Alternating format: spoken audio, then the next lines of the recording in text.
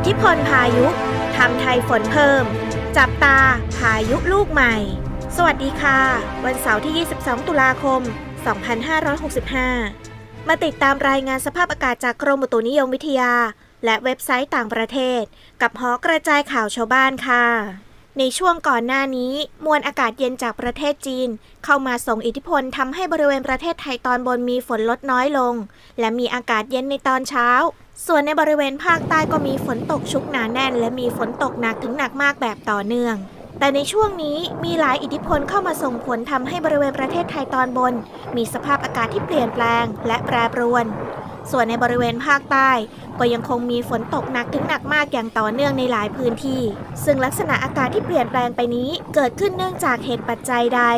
และพายุลูกใหม่ที่จะก่อตัวขึ้นมีแนวโน้มส่งผลกระทบต่อบริเวณประเทศไทยบ้างหรือไม่ไปติดตามรับชมรับฟังรายละเอียดพร้อมกันได้เลยค่ะขอขอบคุณทุกกำลังใจและการติดตามที่มอบให้แอดมินขอขอบคุณทุกการแชร์ที่เห็นว่าคลิปนี้มีประโยชน์กับพ่อแม่พี่น้องทุกท่านนะคะเชิญติดตามรับชมรับฟังได้เลยค่ะจากโมเดลสภาพอากาศจะเห็นได้ว่าบริเวณความกดอากาศสูงหรือมวลอากาศเย็นที่ปกคลุมบริเวณประเทศไทยตอนบนได้มีกำลังอ่อนลงในขณะที่ลมตะวันออกพัดปกคลุมภาคตะวันออกเฉียงเหนือตอนล่างภาคกลางตอนล่างรวมทั้งกรุงเทพมหานครและปริมณฑลและภาคตะวันออกจึงทำให้บริเวณประเทศไทยตอนบนมีอากาศเย็นกับมีหมอกบางในตอนเช้าและมีฝนเกิดขึ้นได้บางพื้นที่ส่วนมากในบริเวณภาคกลางตอนล่างกรุงเทพมหานครและปริมณฑลและภาคตะวันออกในบางพื้นที่ส่วนในบริเวณภาคใต้ยังคงมีหลายพื้นที่ที่มีฝนตกหนักถึงหนักมากอย่างต่อเนื่องเนื่องจากอิทธิพลของหย่อมความกดอากาศต่ำที่อยู่บริเวณทะเลอันดามันตอนบนส่งผลทำให้ร่องมรสุมขยับเคลื่อนตัวตามหย่อมความกดอากาศต่ำนี้ขึ้นไปด้วยประกอบกับลมตะวันตกเฉียงใต้พัดนำความชื้นเสริมในร่องมรสุมจากอิทธิพลและปัจจัยดังที่กล่าวมานี้นอกจากจะทำให้บริเวณภาคใต้มีฝนฟ้าคะนองกับมีฝนตกหนักถึงหนักมากอย่างต่อเนื่องแล้ว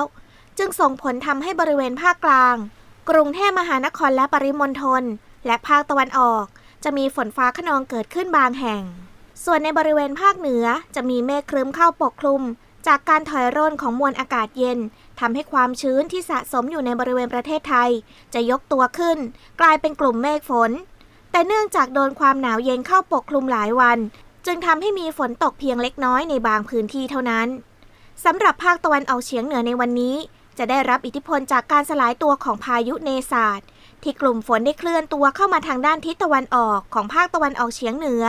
จึงทำให้บริเวณดังกล่าวมีฝนฟ้าคะนองเกิดขึ้นได้บางพื้นที่โดยกรมอุตุนิยมวิทยาได้คาดหมายเอาไว้ว่าในวันนี้บริเวณภาคเหนือจะมีอากาศเย็นในตอนเช้ากับมีฝนเล็กน้อยบางแห่งอุณหภูมิต่ำสุด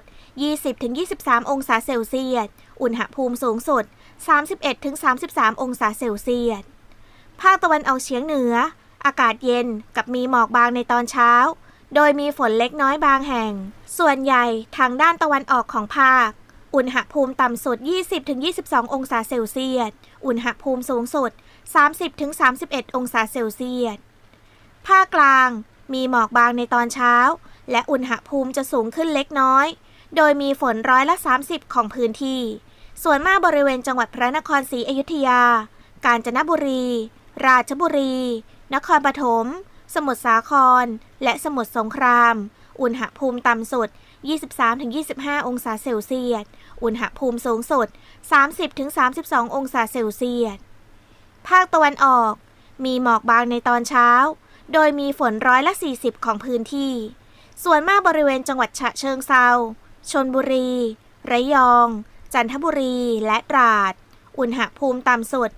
24-25 องศาเซลเซียสอุณหภูมิสูงสุด 32-34 องศาเซลเซียสทะเลมีคลื่นสูงประมาณ1เมตรห่างฝั่งคลื่นสูง 1-2 เมตรภาคใต้ฝั่งตะวันออกมีฝนฟ้าคะนอง60%ของพื้นที่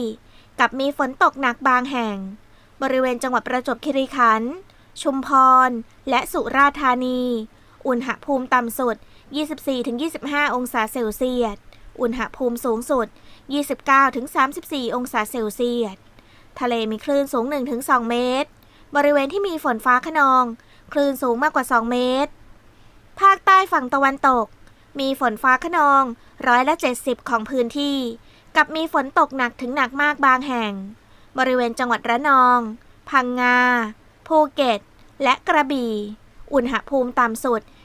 23-24 องศาเซลเซียสอุณหภูมิสูงสุด 31-34 องศาเซลเซียสทะเลมีคลื่นสูง 2-3 เมตรบริเวณที่มีฝนฟ้าคะนองคลื่นสูงมากกว่า 3 เมตรกรุงเทพมหานครและปริมณฑลมีหมอกบางในตอนเช้าโดยมีฝน40%ของพื้นที่อุณหภูมิต่ำสุด 24-26 องศาเซลเซียสอุณหภูมิสูงสุด 30-32 องศาเซลเซียสหลังจากนั้นในช่วงวันที่ 23-27 ตุลาคม 2565 ร่องมรสุมจะเลื่อนขึ้นไปพาดผ่านบริเวณภาคใต้ตอนบนแต่ก็ยังคงทำให้บริเวณภาคใต้มีฝนฟ้าคะนองกับมีฝนตกหนักถึงหนักมากอย่างต่อเนื่องส่วนหย่อมความกดอากาศต่ำกำลังแรงที่ปกคลุมบริเวณทะเลอันดามันตอนกลางจะเคลื่อนตัวขึ้นไปปกคลุมบริเวณอ่าวเบงกอลจึงทำให้คลื่นลมบริเวณทะเลอันดามันมีกำลังอ่อนลงโดยจะมีคลื่นสูง 1-2 เมตรบริเวณที่มีฝนฟ้าคะนองคลื่นสูงมากกว่า 2 เมตรส่วนในบริเวณประเทศไทยตอนบนบริเวณความกดอากาศสูงหรือมวลอากาศเย็นจากประเทศจีนจะเข้ามาปกคลุมในบริเวณภาคเหนือและภาคตะวันออกเฉียงเหนือรวมถึงทะเลจีนใต้ประกอบกับอิทธิพลของลมตะวันออกที่พัดปกคลุมประเทศไทยตอนบนจะมีกำลังแรงขึ้นจึงทำให้ภาคเหนือและภาคตะวันออกเฉียงเหนือยังคงมีอากาศเย็นในตอนเช้าโดยในช่วงวันที่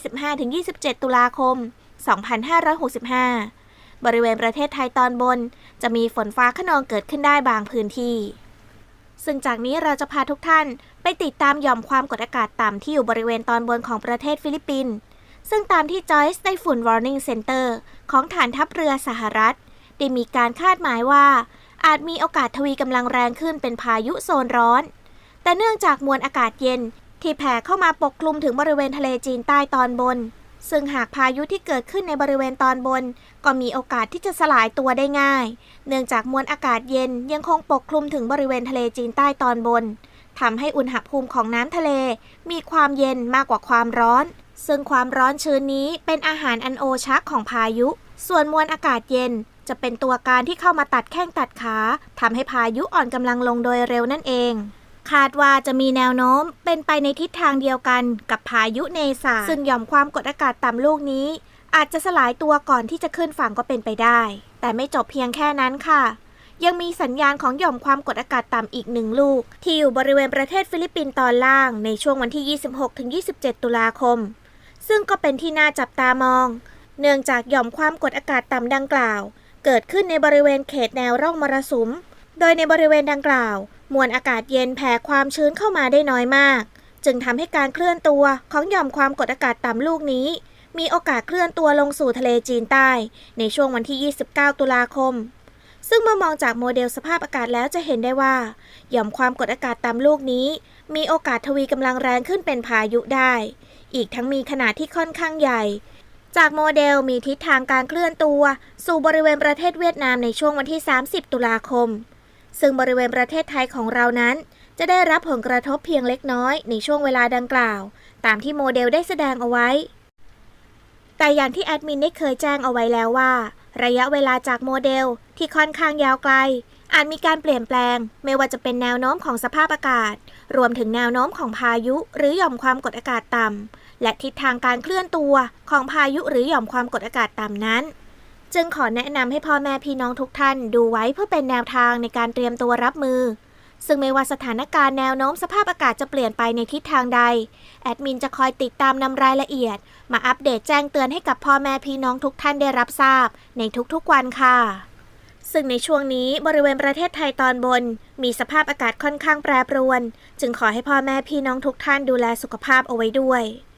ส่วนพ่อแม่พี่น้องในบริเวณภาคใต้ให้เฝ้าระวังอันตรายจากฝนตกหนักถึงหนักมากและฝนที่ตกสะสมซึ่งอาจทำให้เกิดน้ำท่วมฉับพลันและน้ำป่าไหลหลากโดยเฉพาะในบริเวณพื้นที่เสี่ยงภัยน้ำท่วมเป็นประจำพื้นที่ลาดเชิงเขา